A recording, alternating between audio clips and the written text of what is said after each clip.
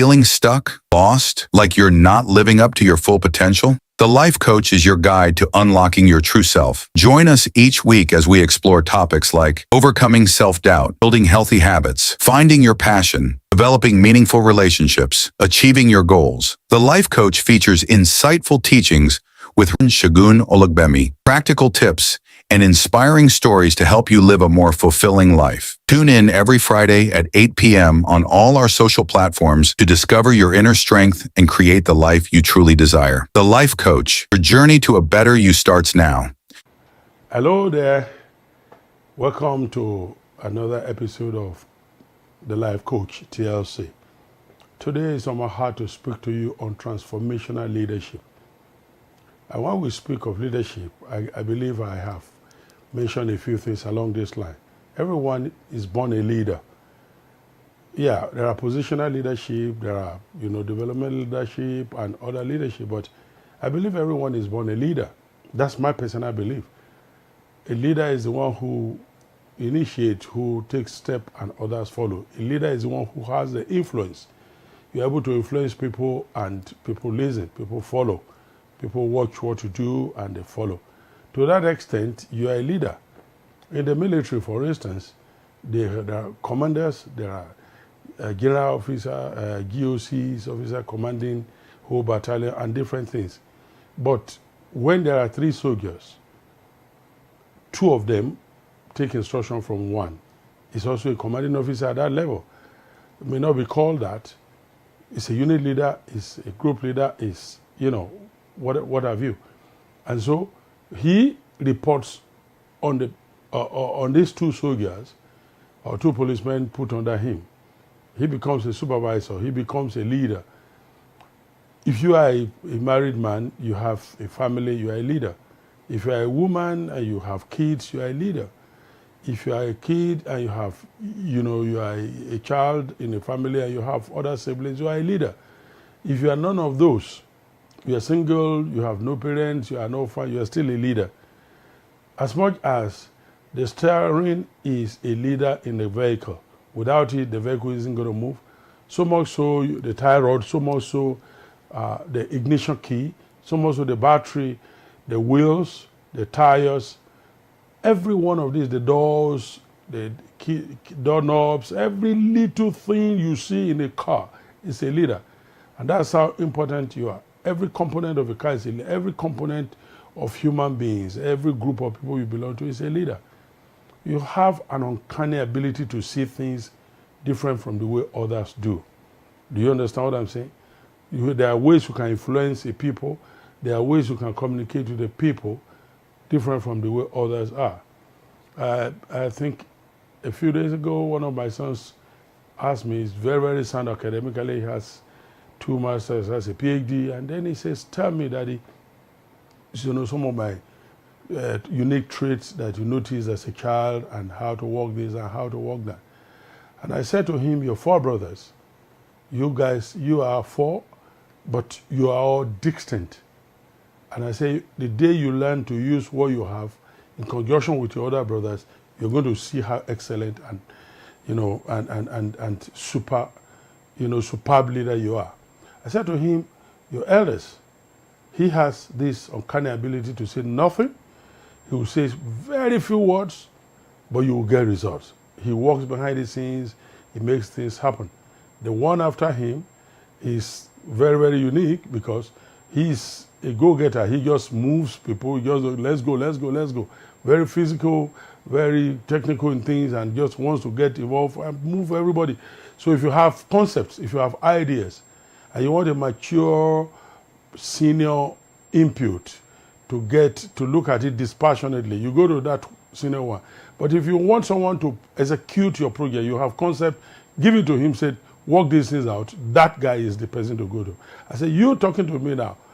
If I want to build story building, if I want to build 70-story skyscraper without foundation, and yet it will be oscillating around the world between the south, east, and north and west, I say, you are the person to talk to. You're great with concept.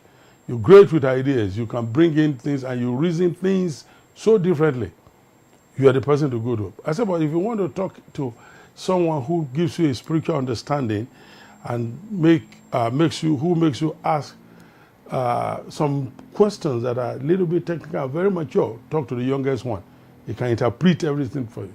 I said, so if you combine this team of this awesomeness, these four guys, I said you can turn the world upside down. So that's what leadership is all about. So how do you become a transformational leadership? Three things are permanent on earth, as I've said before in other episodes. Those things are change, principles, and choices. These three together are dynamic in nature. They are transformational depending on you or what you do with them. They were created to help transform anyone who will be engaged in different activities, the leadership and whatever, anyone who will be engaged in things, they're designed to help them. If you engage them judiciously. Here are some characteristics of a transformational leader. Number one is new thinking. You can be a father, especially you are maybe for 24, 25, 27 years older than your first child, 20 years older than your first child. That already tells you in human growth, every 5 years we change. Physiology and physiology, mental, and different parts of us, we just change. Emotionally, we change. If we change this much, then the question is, what happens if you are already 4 generations? If you take generation as a 10-year gap, if you take change in age, in our physiology, in our emotion, in psychology, in everything, and emotion and in neurological facts, change every 5 years, then you have 4 changes from your first time. If you are older than, if you are 20 when you had your first child, you have experienced 4 changes. If you are 25, you've experienced 5 changes. How about if you are looking at 10, you have 2 generations or 2.5 generations away from your child. So you see, you need to have new set of thoughts. You need to do some new thinking. And the first step to transformation is a change in your thought pattern. Okay? Your thought patterns must change. Our wildest dreams can come to pass if we are willing to think it through. First, you must change your mindset about your location. Think globally. There's some of you listening to me now, you're watching me from a very remote area. But think globally. You're not limited to that. I have a minister friend who invited me, I think 2014, to somewhere in West Virginia. Oh, this guy is absolutely, he's impacted my life so much. And he's impacted the world. And do you know the funniest part?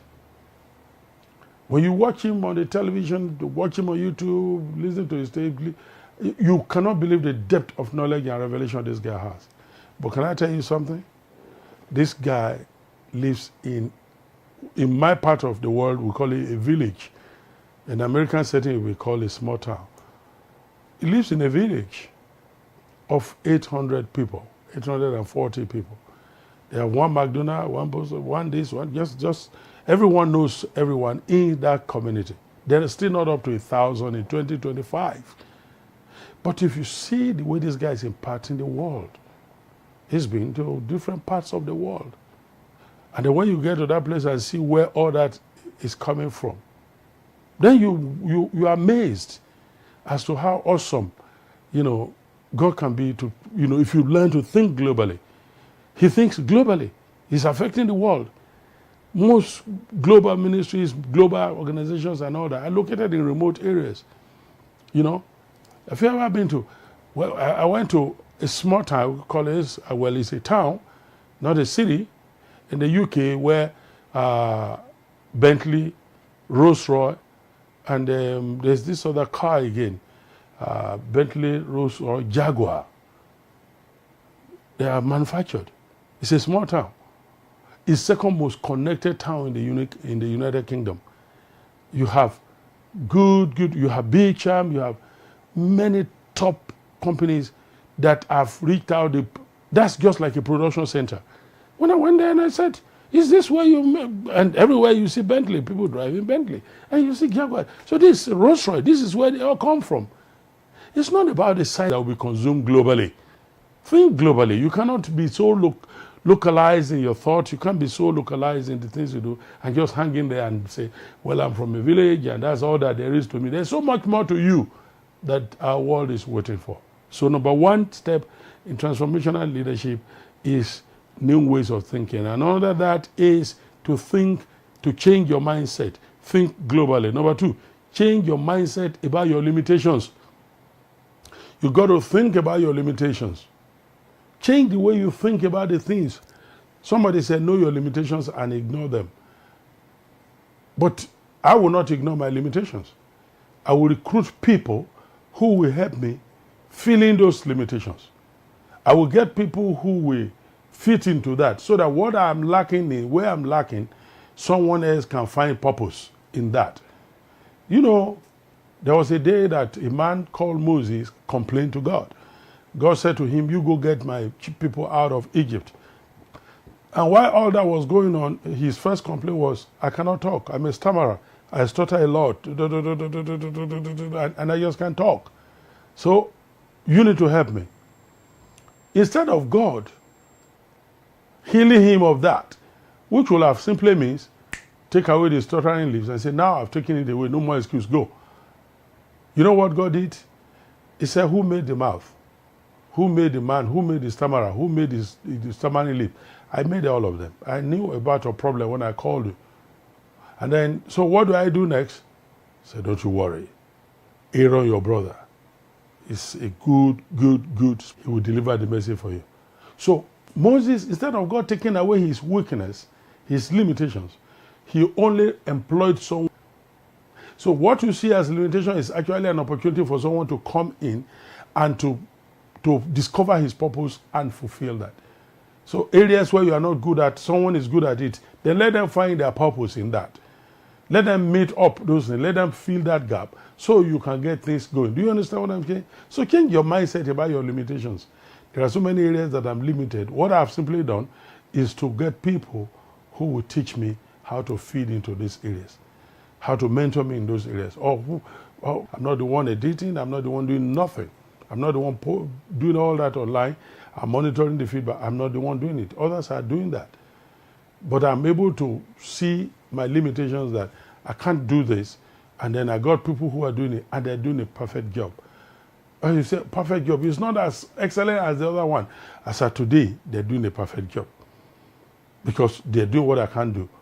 And they're at least engaging with the talents and gifts God has given to them. Do you understand what I'm saying? So change your mindset about your limitations. The next thing to think about is to change your mindset about your traditions. I know the last part of a man to die are his traditions, his religiosity. Your traditions. Oh, we don't do this. Oh, we got to do this. Oh, this. And unconsciously, surreptitiously, these things are made their ways believe even the fallacies that were delivered to you as a little kid. But you got to begin to look at some traditions and begin to see and question where you have been. Where have they taken you? Vis-a-vis where you want to go. If what I have always believed does not take me to where I want to go, then I don't want to waste all my life being traditional. What do I have to do with tradition when it's not going to take me there? So there are traditional values that we need to keep of family, of love, of unity, of oneness, of relationships and all that. But there are other traditions that I got no business with. I've got no business with that because it ain't taking me nowhere. I'm not going to excel with those traditions. That's why I walk away from many of them. Do you understand what I'm saying? Challenge those traditions if they don't meet up with where you really want to go. Good? Is that okay? All right. Another thing is a change of mindset about your current status. Where you are does not define you completely in life. Like I said the other time, let me say again, you may have been injured. You may be a man that is injured, but you are not an injured man. Your manhood is still there. You still have pride of life. You still have mindset. You still have life. You still have everything going for you. And what do we do when we get beaten down? We rise up and we go again. 7 times will a righteous man fall, and he will stand up again. Even God, your creator, acknowledges the fact that it's altogether possible you're going to fall so many times. Just don't remain there. God doesn't quarrel with you having issues or having to fall and make mistakes as you're refusing to back up and attempt it again. I tell my staff every day, I have no problem with you making mistakes. Please, I beg them every day, make mistakes. The only thing I beg you for is make new ones. Because when you repeat your mistakes over and over and over again, then you're invariably telling me, I'm not capable of learning, I'm not interested in what you are teaching, you're just crazy, I don't want to learn it, I've made up my mind is set on not changing. So change your status, your mindset about your status. You are not who you want to be yet, but you are not what you used to be. Look at your life, celebrate where you are now, and tell yourself, I'm going to be better. Look at where you started this year from. You probably know exactly where you are. You have new friends, you have new things. Just get over your complaints, get over your exercise, get over all this stuff and say, well, I don't know what my life is all about, I don't know what this is, I don't know what that. Just look beyond your current status and understand that you are better than what you think you are now. You are better. You are good. You are special. You are intelligent. You are a genius. You are an excellent man. You are complete in yourself right now. Oh, you don't like your nose? That's exactly the kind of nose that fits the kind of face you carry. If you reshape it and it doesn't meet up with that, then you have an ugly nose. You have now an ugly face. God designed everything. He designed you. He fitted you into that particular point, the location where you are now. And He fitted you into the things where you are to meet with the current challenges that this world has coming for you. So change your mind concerning your status. This is not all of you. This is not where you're going to die. You know, I was telling my young men yesterday, I was telling one of them, I said, look, I am very concerned. I've never been more concerned about myself like I am now. And he said, Daddy, what's the concern? I said, my friend came and said, look, there's something special about you. And I've been with you for for about 41 years. I know the grace of God on your life in this area, and I have always longed to operate on that. Will you put your hands on me and deposit that thing? I want to run because I'm 63 in a couple of weeks, and I want to run faster than I have ever run. I want to achieve more because I find old age is fast coming in. And I said, my friend, are you thinking like that? I look at the mirror every day and I'm saying, hey man, where have all the years gone? Please, I don't want to go through this world like this. I want to leave my footprint on the sand of times. I want to leave my name in the annals of history, not of just breaking world record. I want to change the world. I want to change people, one person at a time. That's the reason for global transformation, one person at a time. Change your mind with your current status. Today you are here, and tomorrow you could be all over the place. Change your mind concerning your current status. You are special, you are good. The world needs you. And it doesn't take 24 hours for everything about you to change. Just be in the right place, the right time, with the right people, with the right mindset, everything will change. Do you understand what I'm saying? So that's number one, transformational leadership. You have to do transformational thinking, new thinking. Number two, internal motivation and self-management. Transformational leaders find motivation within and use what they have within as a driving force to effectively manage the direction of their company or the organization. Don't forget, the best natural form of motivation is to love what you do and ensure that your values are aligned with the organization you work with, or with your family, or with, any group of people you belong to. You just make sure your value aligns with the group of people you belong to. Your company, your workspace, your family and whatever. If you belong to a family, ensure that your values align with the values of that company or people, and have an internal motivation. Motivate yourself from inside. Get the driving force from inside. Well, it's great being a motivational leader. I might look around, I find more reasons to be alive. I celebrate myself for being alive and for having being surrounded by so many opportunities that I can change my world with. So look for reasons to be motivated, to be alive. Look for reasons to be thankful that you are alive. And one reason to be alive is because you are going somewhere. You want to accomplish something. Do you understand what I'm saying? The ability to make difficult decisions is the third thing as a transformational leadership. Number 3, the ability to make difficult decisions. What am I trying to say? Difficult decisions are a part of being a leader. Transformational leaders do not back away or put off the tough decisions simply because people will oppose them. What makes you a leader is not making famous decisions. Difficult decisions are made easier when decisions align clearly with defined vision, goals, and values, as well as the objectives of a people or an organization. Willingness to take the risk that is necessary in life to lead the organization to the next level is what we're talking about. Anyone can take risk, but willingness to take the right risk. The right risk. You need to understand that. That's what makes you a leader. So leadership is not about being famous. Some of the most popular leaders were never so recognized in their lifetime. In fact, they were despised. In fact, some good world leaders were rewarded with being voted out, during their second term. They never gave them second chance. But after they've left, then the world recognizes it, and the nation recognizes that, look, that man, we truly lost a gem in this. Very often it's history that becomes kind to a person. And then we see in the annals of history all he has achieved, and then we begin to celebrate him. But until that time, very often people don't care. People don't even value what you're doing, because if decisions are difficult, are hard, they're difficult decisions, they're tough and bearing on bringing in a little bit of temporal difficulties and hardship on people, they're not going to celebrate you for it. But your ability to not back away from tough decisions is one thing that makes a good leader. That's transformational leadership. You can imagine having to. I remember when we bought electric typewriter, we celebrated it. And it wasn't long after that we had this word processor and word processor, you call it 3A6, 4A6, and all that. And we had to start looking for money to go buy word processors, to buy 3A6, 4A6. And as we were buying it, then we had Pentium 1, Pentium 2, Pentium 3, Pentium 4. Then as we were buying Pentium 1, it's time for Pentium 2. Then we bought Pentium 4. And then we began to see. And sometimes they say, excuse me, sir, you will change it too many things. They say, the world doesn't wait for you. I had my phone, it had a crack, a Samsung. I think, was it then, no, 20 or so?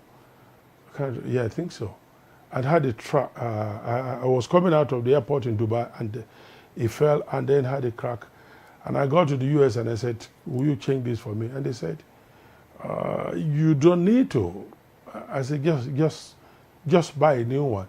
And I said, no, I need to change it. I still love this and other thing. And they looked at it, they said, well, you paid $200 for it. I said, what? They said, trade in and get something else. And I said, what? They said, well, in any case, this is already more than a year and a half. This is almost 2 years. Your phone is actually meant not to last more than 2 years. You could use it for 5 years, but you will have been missing out on so many other things. And so that's why every year you have iPhone 16, iPhone 17. Before you get to another year, they announce another one. Right now we have Samsung, S25 for 2025. It's only March already, and it's already in the market. I guarantee you before the end of December, S26 will come out. Same thing iPhone is doing. Everybody is bringing in something new, looking for new features. All right? They have to make the difficult decisions to shift. While they still sell the old ones, they expect you to think about acquiring new ones, because they put new features into the new ones that your old one is not capable of. Do you understand what I'm saying? I wish I have enough time, but I'm praying for you that you understand this and receive it in your spirit, that taking the right risks, making difficult decisions is part of growing, it's part of leadership. It's part of leadership. Everybody will not understand you at the same time, but it's okay. Whether they understand or not, it does not stop you from guiding them, teaching them, and showing them why you need to go that direction. I hope that you have been blessed by the things we've shared. Please share this with some other persons. on your platforms, your friends, and let them join us. And we have it on YouTube. Save them on your device and work them again. And please give us, some support. Make your comments, ask your questions. We'll be available here to answer them for you. Make contact through the phone numbers you see on the screen. And you want to support us, our details are there. Thank you again for joining us. This has been the Life Coach.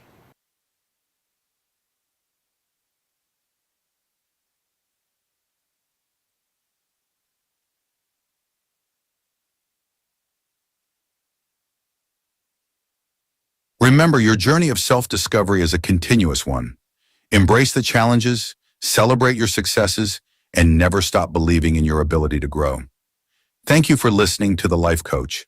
Until next week, Friday, by 8 p.m., live a life filled with purpose and joy.